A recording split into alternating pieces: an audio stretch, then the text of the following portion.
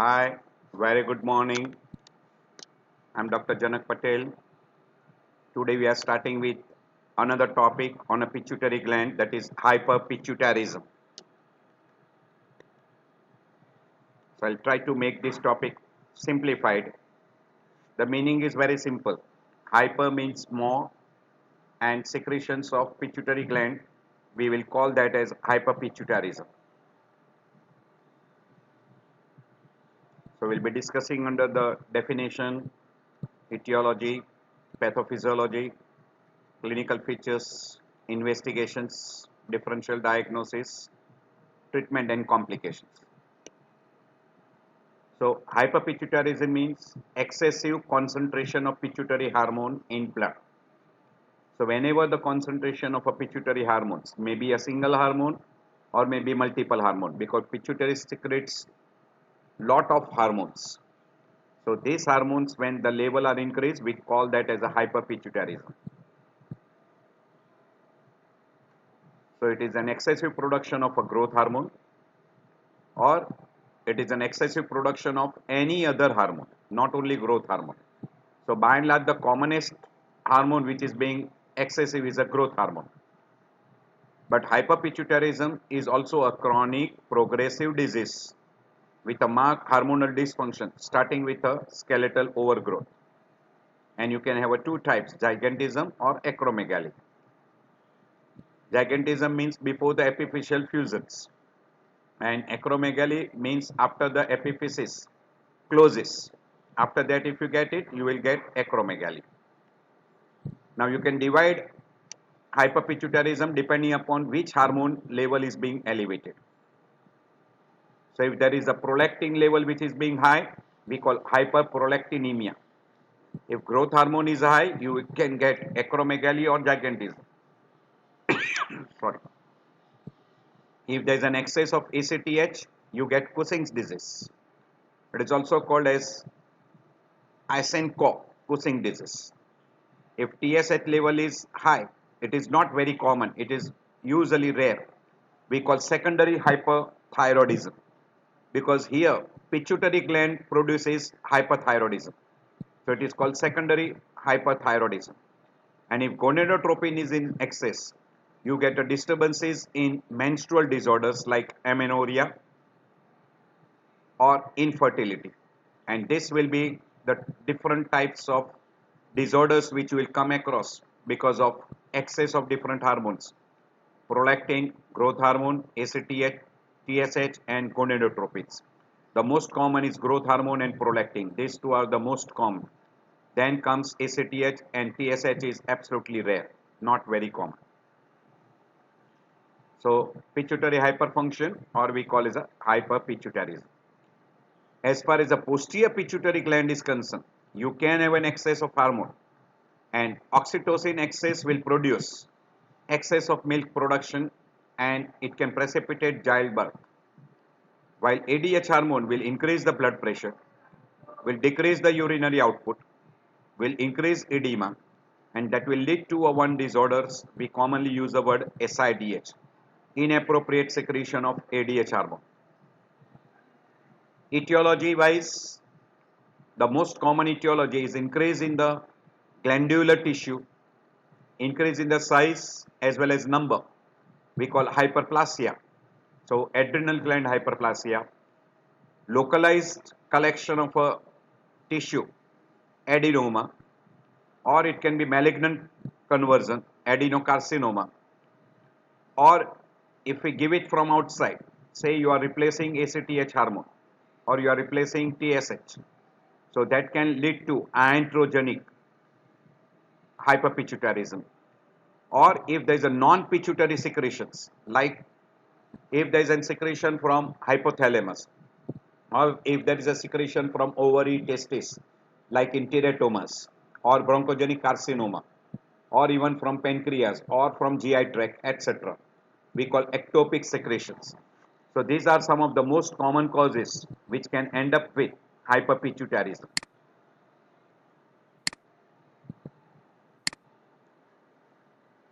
Now you know very well, in a pituitary gland we have got what we call as a chromophores, and that chromophores are converted into chromophil cells, acidophil cells or basophil cells.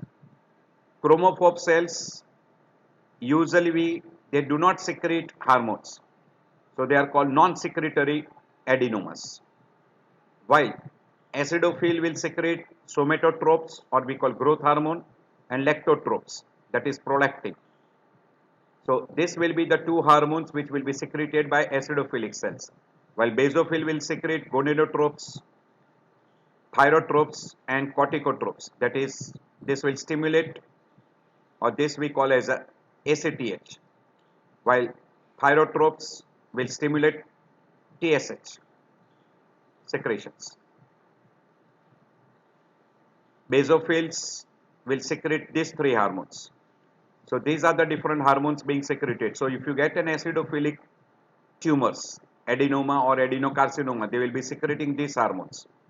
And what they will do, they will indirectly compress the basophilic cells and chromophobe cells, leading to decreased production of these hormones.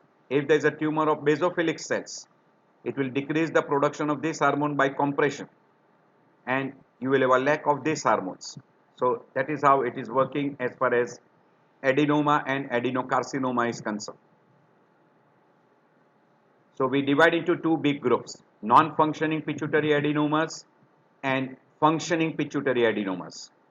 Non-functioning means usually they are by and large from chromophobe cells and they don't secrete any particular hormone, while active or functioning pituitary adenomas, they can secrete prolactin, somatotropins or we call as growth hormone, corticotropin, thyrotropin or a mixed endocrine active adenomas. Or you can have a malignant pituitary tumor which can be functioning or maybe non-functioning. Metastasis in pituitary gland can produce a tumor enlargement but may not be secreting any particular hormone, and they are usually non-functioning tumors, but they are secondary metastasis from breast, lung, stomach, kidney, etc. You can have a mucosis. Again, these are usually non-secretory tumors. Or you can have a destruction of a pituitary gland resulting into empty sella syndromes. And this is very commonly following a pituitary apoplexy. So these are different conditions. To repeat again, usually metastasis, pituitary cyst and empty sella do not have a secretion. So they are non-functioning. While malignant tumor can be functioning and pituitary adenoma can be functioning, which can be from chromophil cells or we call eosinophilic cells or acidophilic cells or basophilic cells. So this will be the active tumors or we call secretory tumors or functioning tumors. So you can have a tumor which are eosinophilic pituitary adenomas, which can be micro or can be macro. And they can be secreting somatotropes or we call gonadotropic secretion, gonadotropes. Somatotropic hormone, that is growth hormones. While non-pituitary tumors, that is tumors from pancreas or tumors from lung, particularly small cell carcinoma or maybe other parts of brain like hypothalamus, can be secreting one of the hormone that we call as a growth hormone, or they may be secreting growth hormone releasing factor. So this will be the condition which will be ending up with a disorder we call as a acromegaly. Now as far as the prolactin secreting tumors are concerned, they are the most common and they are accounting for 25 to 30% of all pituitary adenomas. And some of the growth hormone producing tumor also secretes prolactin. In women, prolactin secreting tumors are 90% are present with micro, and in men 60% are present with macro. So this is the what we call as a presentation of prolactin tumors or prolactinoma. As far as the ACTH secreting tumors are concerned, the tumors in the pituitary cells are usually basophilic cells. So they are basophilic adenomas. Malignant tumors of neuroendocrine tissue like CA lung, small cell carcinoma of lung, or from abdominal viscera like ovarian teratomas, or maybe from pancreas, or maybe even from testis, they may be secreting ACTH. And hypothalamic disorders causing hypersecretion of corticotropic releasing hormone, they are not very common, but once in a while they can be also this. This will be one we call as a non-pituitary secreting tumors, non-pituitary, or you can call as an ectopic secretions. So those particular condition will result into what we call as a Cushing disease. So Cushing disease can be because of the microadenoma or macroadenoma, which belongs to a basophilic cells, or maybe secreting from other ectopic areas we already mentioned before. So those are the excess of corticotropic hormones from pituitary glands. Once in a while you can have a syndrome, Cushing syndrome, which is due to adrenal cortex, or from exogenous glucocorticoids, or from ectopic ACTH secretion. Then we call that as a syndrome. But disease is hypercortisolism due to excess of pituitary secretions of ACTH, which is accounting for about 70% of the cases of endogenous Cushing syndromes. So this will be one of the most common condition which will be leading to Cushing disease. While Cushing syndrome can be because of pituitary gland, can be because of hypothalamus, can be because of adrenal gland, or can be because of iatrogenic like glucocorticoids, or from ectopic secretions like lung, ovarian teratomas, testicular teratomas, etc. So those will be called as a syndrome. While if it is because of the adrenal gland and excessive pituitary secretion of ACTH, then we call that as a Cushing disease. You can have a gonadotropes and adenomas, which will secrete FSH and LH. Usually FSH is produced more as compared to LH, and they are usually macroadenomas and will result into amenorrhea or galactorrhea. Amenorrhea will be very common in female, while galactorrhea can be there in both. And in male, it will also result into what we call as a libido. So this will be the most common tumors, which will be because of the basophilic cells. TSH producing tumors we call thyrotropes adenomas. They are very rare, but when they are secreted in excess, it can result into hyperthyroidism. But this hyperthyroidism is because of the pituitary gland, so we call that as a secondary hyperparathyroidism. And we have already mentioned non-secretory adenomas, which are very common in the fourth decade of life, means after the age of 30. Usually they are macroadenoma, means bigger in size, more than 1 centimeter, and that can produce panhypopituitarism, because this particular tumor will produce compression of the secretory cells of pituitary, resulting into decreased production of gonadotropes, decreased production of the TSH, decreased production of ACTH, etc.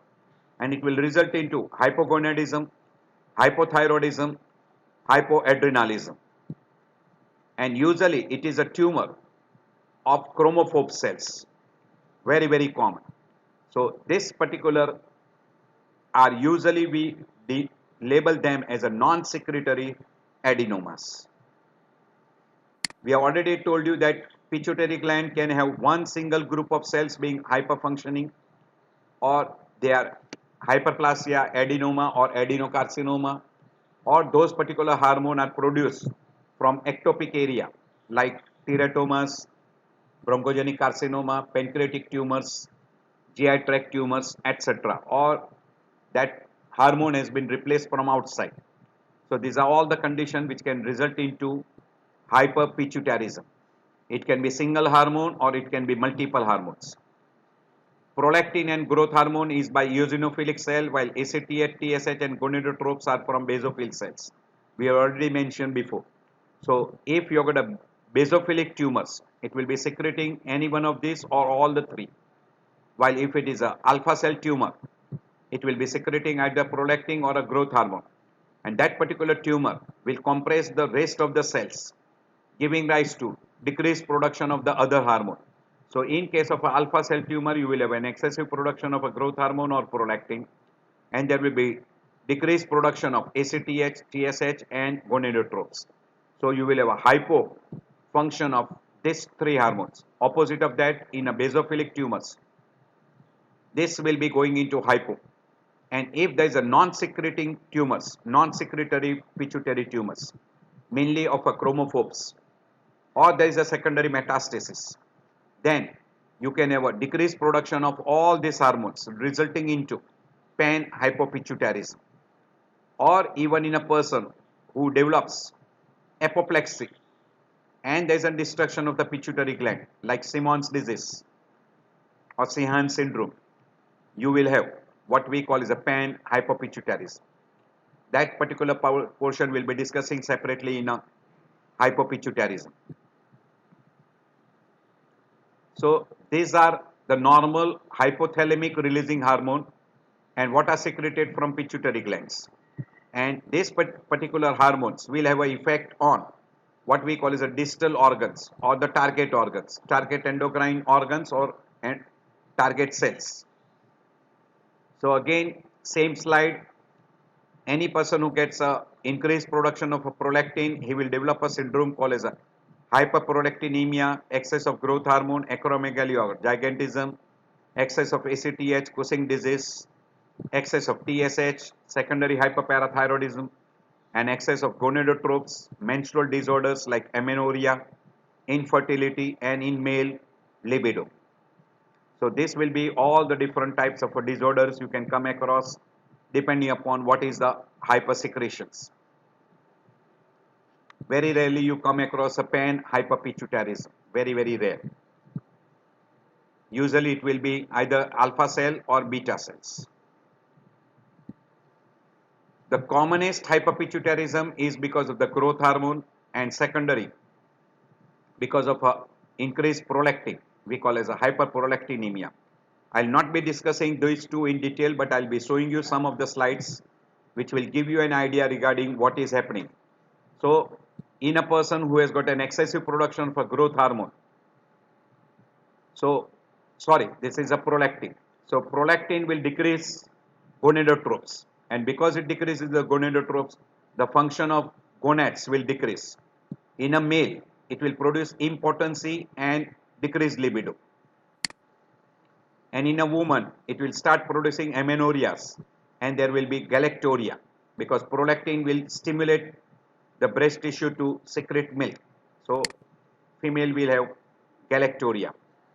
And in a male, you can have a gynecomastia. While if there is an excessive growth hormone production,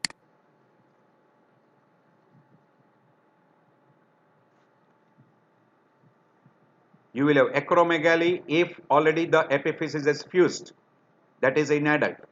And if it occurs in an early age before the epiphyseal fusion, then you will get gigantism, excessive height.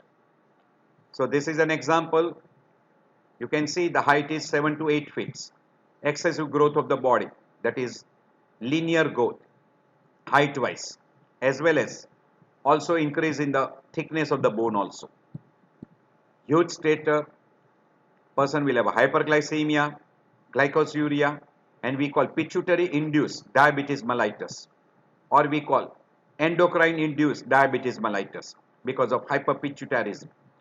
And because of the commonest cause of what we call as a acromegaly or gigantism is because of tumors like adenoma or adenocarcinoma, and that will produce raised intracranial pressure, and person will have a headache, visual disturbances, papilledema, visual disturbances, and there will be a compression of even optic chiasma producing homonymous hemianopia, bitemporal hemianopias, quadrantic hemianopias, etc.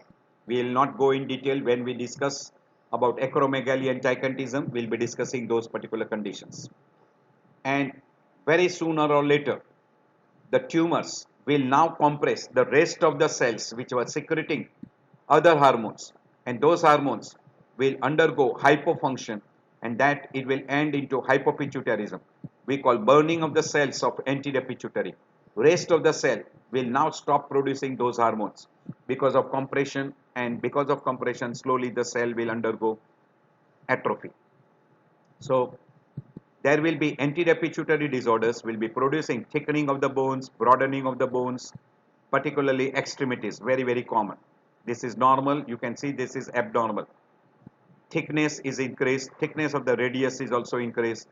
This will happen very commonly in acromegaly because the epiphysis is fused. So these are all the features of acromegaly. I am not going into detail. These are all the features. Arthralgia, arthritis, BP is elevated, carpal tunnel syndromes, person will have a diabetes, enlarged organs, there will be compression on the what we call as optic chiasma, producing a field defects, etc. All those. But if a person is having a gigantism and growth hormone secretion continues, then due to hypersecretion of a growth hormone in a children, before the fusion of epiphysis, he will develop gigantism. And if the hypersecretion continues further, after fusion of epiphysis, he will also have a features of acromegaly. So we call gigantism with acromegaly. So we call acromegalic gigantism. But a person of acromegaly cannot develop gigantism because here, even with the increased production of growth hormone after the fusion of epiphysis, you cannot have increase in the length. You can have an increase in the thickness. So you can have only acromegaly, but you cannot have acromegaly developing gigantism. But gigantism can develop acromegaly if the secretion continues in an adult after even a fusion of epiphysis. So in a children, already the height is more. Now if the growth hormone secretion continues further, then he will have a features of acromegaly. So here is one example. Height is more plus acromegalic features. So this is a typical case of what we call as a acromegalic gigantism. The commonest complication of acromegaly we'll be discussing again in detail in a chapter of acromegaly, that is ischemic heart disease, cardiomyopathy, congestive heart failure, cardiac arrhythmias, hypertension. Person will develop kyphosis because of obesity, obstructive sleep apnea. As far as a metabolic disorder is concerned, we call as a endocrine diabetes mellitus, or even a person can have a impaired glucose tolerance, hyperlipidemia, because of excessive bone growth, carpal tunnel syndromes. Sometimes they even develop what we call as a stroke. Colorectal cancers are common, breast and prostate cancers are also common. They can develop a degenerative arthropathy, calcification in the disc, pyrophosphate arthropathy, etc. These are all the different complications what you can come across in acromegaly. In a case of a hyperprolactinemia, women will very commonly present with oligoamenorrhea or amenorrhea, and because prolactin has got effect on the breast tissue, there will be milk production and galactorrhea, and invariably because of this they also have got inhibition of the what we call as the gonadotropic hormones, and female will have infertility. While in a male, because of suppression of the gonadotropic hormones, sexual dysfunction will be affected, person will have a libido. Because of the tumor, visual problems, headaches, etc. will be common. In both sexes, tumor will have an effect on the visual field defects and person will have a headache. That will be very common if the tumor is producing prolactin, or we call prolactin secreting adenomas. If it is secreting ACTH, then it will produce Cushing disease, and this you can call as a central form of a Cushing syndrome. Very commonly it is because of micro or a macroadenoma arising from beta cell tumors, or we call as the basophilic tumors. Very rarely from hypothalamic disorders, not very common. Chronic hypercortisol increase, or we call hypercortisolism. The main disturbances is increased ACTH, and that will produce all the features of classical features of Cushing syndromes. Accumulation of adipose tissue over the trunk we call as a buffalo hump. Facial puffiness, or we call as a facial moon face. Truncal obesity, moon face, buffalo hump. Weight gain is also from sodium and water retention. Glucose intolerance, and person can develop type 2 diabetes mellitus. We also call as endocrine induced diabetes mellitus, or we call Cushing induced diabetes mellitus. Polyuria because of osmotic polyuria due to glycosuria. So you can have a Cushing syndrome and Cushing disease. If there is an excessive production of a pituitary ACTH, usually we use the word Cushing disease, and it accounts for almost 70% of the endogenous Cushing syndrome. We already mentioned regarding this, Cushing syndrome may be because of pituitary, maybe adrenal gland, exogenous glucocorticoids, ectopic ACTH secretion from ovarian teratomas, testicular teratomas, bronchogenic carcinoma, small cell carcinoma, or we call oat cell carcinoma, or very rarely a secreting tumors from pancreas or from GI tracts. So this could be some of the condition where you can have an ectopic ACTH production and can resulting into what we call as a Cushing syndrome. And these are all the detailed features. I'm not dealing in detail at present. We'll be talking separately when we talk about Cushing syndrome and Cushing disorders. There will be little wasting of the muscle. Person will have muscular atrophy, weakness, particularly in the lower extremities.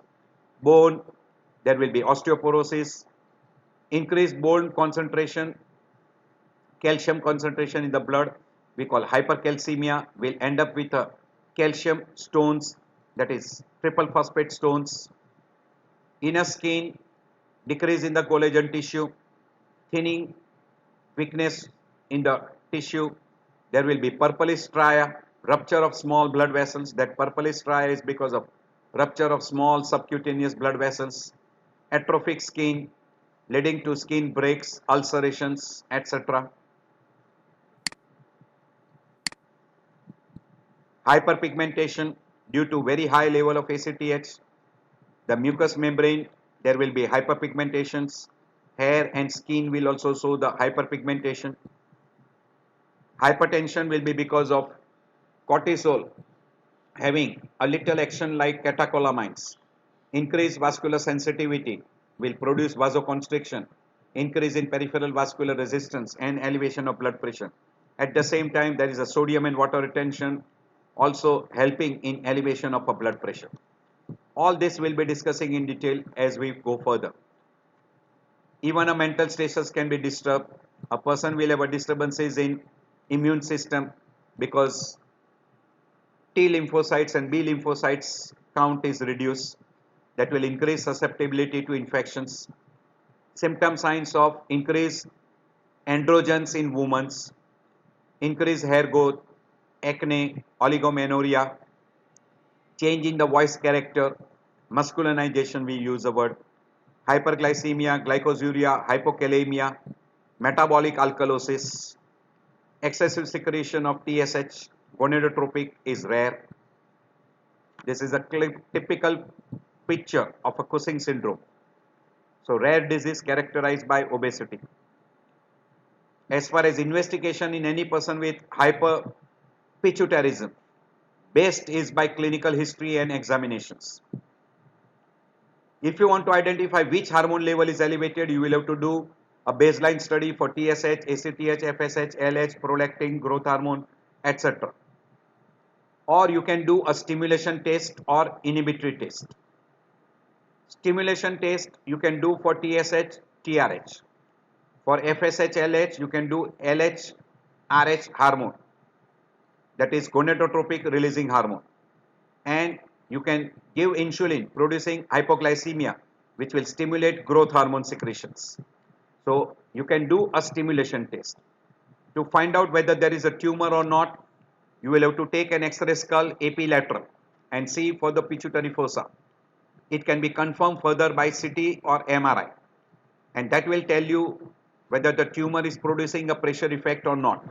So CT and MRI will be helpful to find out the increase in the size of the tumor producing pressure effects, and when it starts producing the pressure effects, It will have a destruction of the clinoid process, widening of pituitary fossa, and symptom signs of raised intracranial pressure. Plus, you can see in a CT and MRI the size of the tumor, where it is expanding, and also compression symptoms on the surrounding structures like optic chiasma, hypothalamus, third ventricle, cavernous sinus, as well as very rarely also extending down into what we call as sella turcica, into the nasal cavity and producing CSF rhinorrhea. Additional test, what we call is a blood test for hormone levels, stimulation test you can do, brain imaging you can do, you can go for a visual test, try to find out what type of visual defect they are having, and you can go for a bone x-rays, etc. in a case of a growth hormone disorders like acromegaly or gigantism. So these are all the different tests you can go for in a person with hyperpituitarism. The most common tests are X-ray skull, epilateral, CT and MRI. Best is clinical evaluation and physical examination.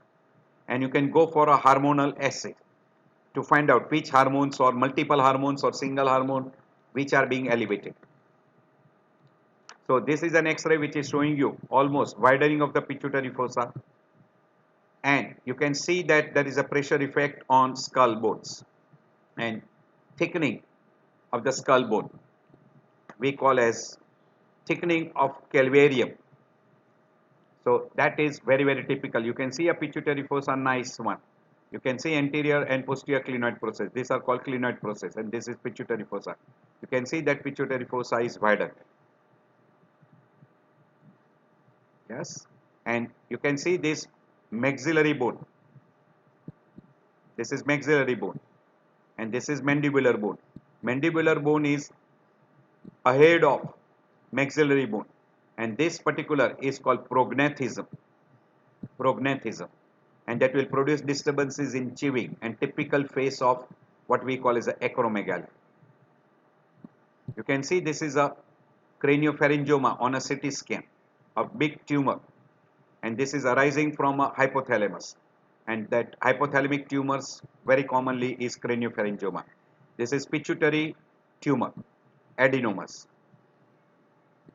This is a enlargement of the pituitary gland. You can see this big tumor. This is a pituitary adenoma, and this is a tumor extending from a hypothalamus down. This is craniopharyngioma. This you can identify by CT or MRI. Now this is again a pituitary adenoma, and here this is a lymphocytic infiltration of hypothalamus. Lymphocytic infiltration. You can identify as a little enlargement of the pituitary gland, and you can have infiltrative disorders also involving pituitary gland. That can be because of the what we call as a sarcoidosis. You can have once in a while because of sarcoidosis, rare conditions. You go for a hormonal evaluation of prolactin, TSH, ACTH, LH, FSH, and you can find out the effect of FSH, LH like estrogen level, testosterone level. And as far as the growth hormone is concerned, you can estimate the insulin like growth hormone factor, what we call as a IGF-1. So try to identify if IGF-1 level are elevated, meaning growth hormone levels are also being elevated, because growth hormone will stimulate liver to produce IGF-1. So hormonal evaluation is very important, and you can do a dynamic stimulation test or suppression test. So either you suppress or you stimulate depending upon hyperfunctioning or hypofunctioning. In a case of hypofunctioning, stimulation tests are useful. In a case of a hyperfunctioning, inhibitory test or we call suppression tests are useful. A random growth hormone level is not useful, but IGF is very good for identifying the excess production of a growth hormone. And oral glucose growth hormone suppression test may be a gold standard to identify that particular conditions. So workup can be done for hypoprolactinemia also. You can go for that different types of workup. In case of Cushing syndromes like ACTH, cortisol level, 24-hour urinary cortisol level, dexamethasone suppression test, and salivary cortisol level, etc. There are many other tests. As far as the medical therapy is concerned, in case of hypofunctioning, replacement therapy, and in a case of hyperfunctioning, you can use the drug which can block the secretion of that particular hormone and reduce the effect on a target organs. So in a case of a overproduction, you try to correct by giving a drugs which blocks the production of that hormone. While in a case of a deficiency, you give replace the hormone from outside. So that is what is being done. In case of a tumor, you can go for a decompression therapy or resection. It may be partial resection or a complete removal of that particular endocrine organ. Or you can have an option of radiation, which can be radiofrequency ablations or even radiation by different technology.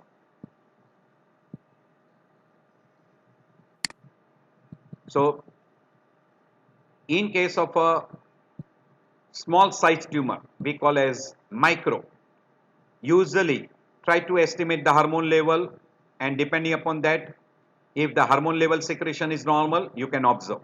If the hormone level secretion is increased and there is a visual disturbances, you will have to decide regarding a drug, surgery or radiotherapy. But in a case of a macroadenoma, usually it will produce visual disturbances, very common, and depending upon the type of tumor, secreting tumor or a non-secreting tumors, pituitary tumor or a non-pituitary tumors. Non-pituitary tumors like chromophobe tumors will be non-secretory. So in that case, you may not require the drugs to inhibit the hormone production. But in case of a hyposecretion, will require a replacement therapy, etc. So try to find out what exactly it is. So indication of surgery is very commonly in the person who is having a visual disturbances and there is a gradual increase in the raised intracranial pressure and compressive symptoms, or person is going for pituitary apoplexy. The surgery are transsphenoidal approach through this sphenoidal bone, and you can do a resection.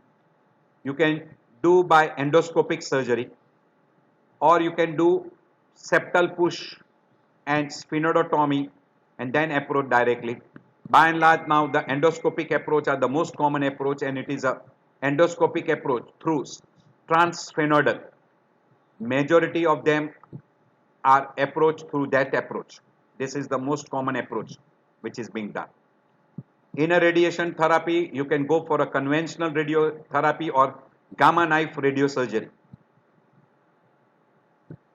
These are the separate treatment which we will be discussing in acromegaly. So you can give what is called somatostatin analogs, which will block the secretion like octreotide, bromocriptine, or we call growth hormone antagonist like cabergoline, etc. These are all the different types of hormones which are somatostatin analogs or dopamine agonist, or we call growth hormone antagonist. So these are the different material which you can utilize to block the action of growth hormone and decrease the production of growth hormone. Surgical therapy and radiotherapy can be tried in case of a person with a overproduction of a growth hormone tumors. In a prolactin tumors, drugs like bromocriptine, pergolides or cabergoline, they are very potent and they has got such a powerful action that you can see the size of the pituitary tumors shrinking. Side effects of this can be postural hypotension, dizziness, nasal stuffiness and GI tract side effects. So while you are giving this particular drug, you should pay attention to postural hypotension and nasal symptoms like nasal stuffiness, GI tract side effects. And very rarely they require surgery and radiotherapy. Cushing disease also same. I am not going into detail. You can go for a drugs or you can go for what we call as surgical treatment, surgical removal or for radiotherapy.